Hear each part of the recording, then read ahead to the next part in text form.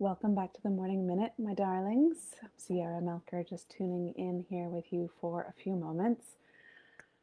As always, inviting you to take a deep breath, to take a moment for yourself, to listen and connect from within, because under all that I bring and all that I offer, I also believe and know that you have the whisperings, the makings of what it is that you're looking for. Okay, you have the answers within. And this morning, I'm going to hop on and share a little bit of the backstory because I've been doing this work for so long now that I forget actually my own story, and I certainly don't share its humble, miserable beginnings very often. And I think it's really important. I think it's really important to share the whole story. So, um, a little bit of the behind the scenes, the origin story of Date Yourself, the concept, Date Yourself, the book that you're going to be hearing so much about. This is my author proof. Just you see, I have a couple of notes for myself. Um, a book doesn't just come out of nowhere. A practice and a theory doesn't just come out of nowhere. Um, it feels like it does sometimes when we encounter other people's theories and ideas. It feels like it even sometimes when it happens for us. This expression, all of a sudden or out of the blue, creates this perception that things just happen. And that is not my understanding or experience. And so I just wanted to share a little bit of, of the how this came about. And to do the story of how Date Yourself came about, I actually have to share even before that how women's circles came about for me and my community. So I want to throw us back 5, almost 6 years ago. I was a new parent. I had just opened a yoga studio, having never run a business before. Um, so having a brick and mortar and a new baby, things were going well. I had a lot of friends, I had a community, I had family around me, and I was doing all of the right things. I was doing all the things that I thought I was supposed to. And somehow, despite doing all the right things, ticking all the boxes, I felt and identified this nameless longing. There was still something.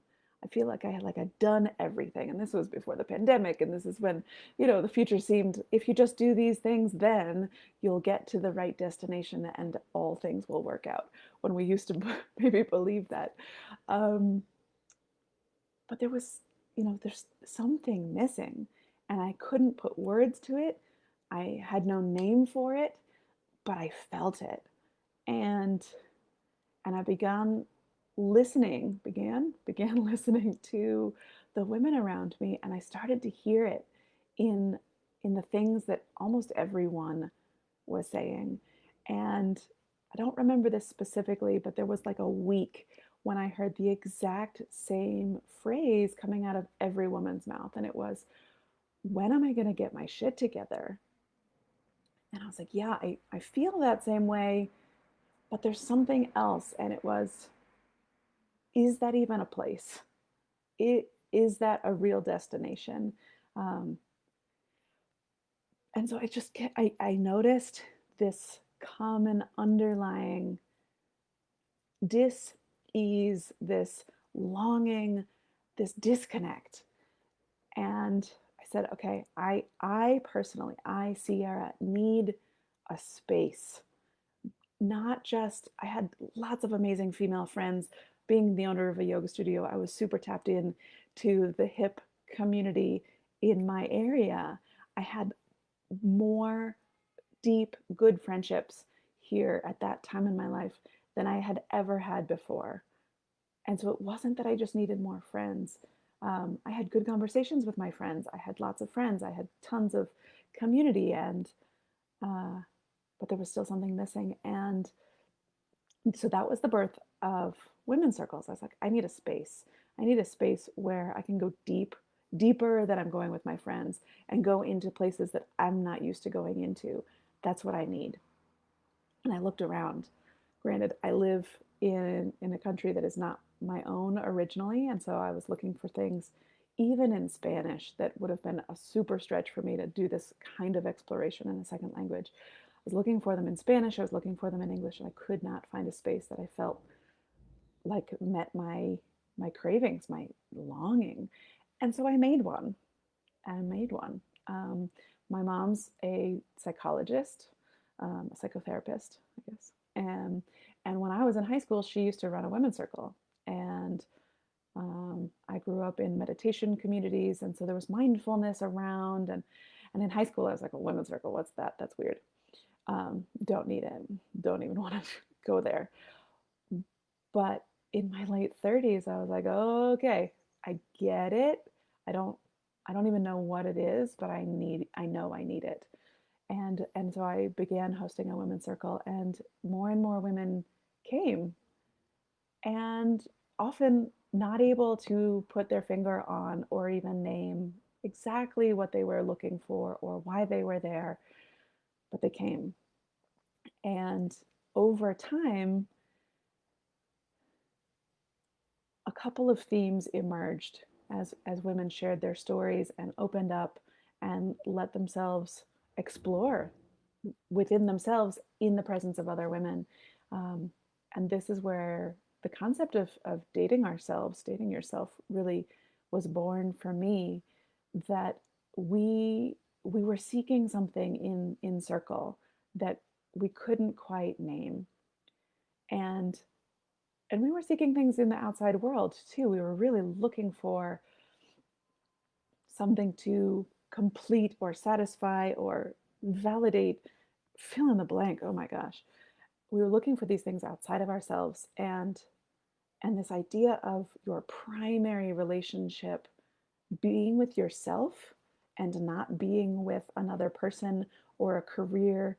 Or, I'm a parent, I'm a single parent. My little human is a major part of my life.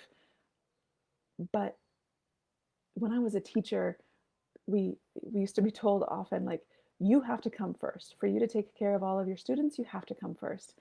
And I hated that whole, like, put your own oxygen mask on first. Used to piss me off. I had fully learned that the only way to be appreciated and validated in the world is to take care of everybody, even at my own expense. Um, but it'd come around, as a single parent, you've got to eat well, you've got to sleep well, you've got to have your own jumble, not fixed and sorted out, but just sort of in exploration in order to be a parent. But I didn't want my primary relationship to be with my daughter. It needed to be with me. And as all the women who came to Circle, their primary relationship, the relationship that needed to be the ultimate, was with herself. And that was, as soon as I saw how foreign that was, I knew how important it was. And then it became fundamental to the work that we did in women's circles, as like, you've got to know yourself, because when we're taking care of everybody else, we don't know ourselves. When we're concerned about what everybody else thinks about us, we don't want to be us. We want to be who they want us to be. And that, first of all, that takes a lot of contortionist. I felt like I was a professional contortionist for a while, but it takes a lot of energy to figure out who you want me to be, try to be that, and then continually assess how well I am faking, um, to make sure I'm doing it well enough. So, taking the time to figure out who we are and recognizing that that's a valid pursuit. Who am I? What do I want? What do I like? What can I do for myself in that greater pursuit of things, so that I can be a great parent, so that I can be a great partner, so that I can be a great community member, a leader, so that I can have an impact on the world. And I, coming sort of full circle, now that I've spent years supporting other women through this process, doing it myself and continuing to do it myself. This is not a like try it on for 30 days and you'll be sorted. It's a relationship. And if you're gonna be in a relationship with yourself and you want it to be a loving and lasting relationship, it requires continuous investment. The same way that any relationship, you don't get a job and then like don't show up to work.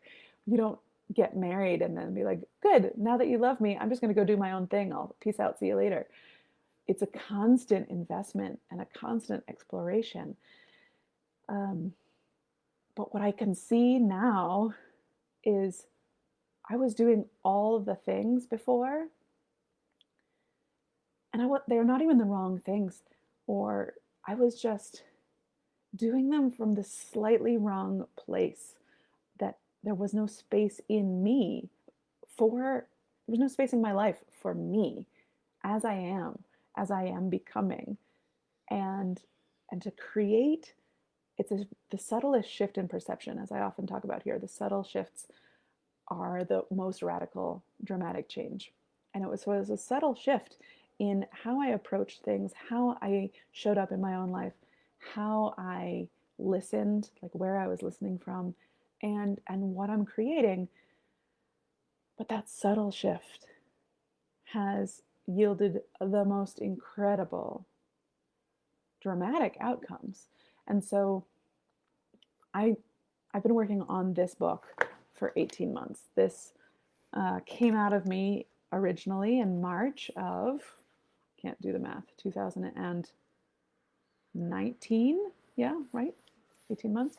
And it came out all at once because I have been doing this work for a long time. And the process of evolving it and sort of perfecting it, to use that word, because it's close, it's good. It took a while. And this is what I'm bringing. This is what I'm offering. This is what Women's Circle is about. It is about connecting with ourselves on this other level. And you don't come to Women's Circle, not everyone's coming for the same reasons. But it is that like there's something that wants attending. And one of the things that we do in Circle is figuring out who we are in the moment and who we're becoming in the next moment. And dating ourselves is part of how we show up lovingly with grace and kindness for ourselves in that developmental exploration process that is called being alive.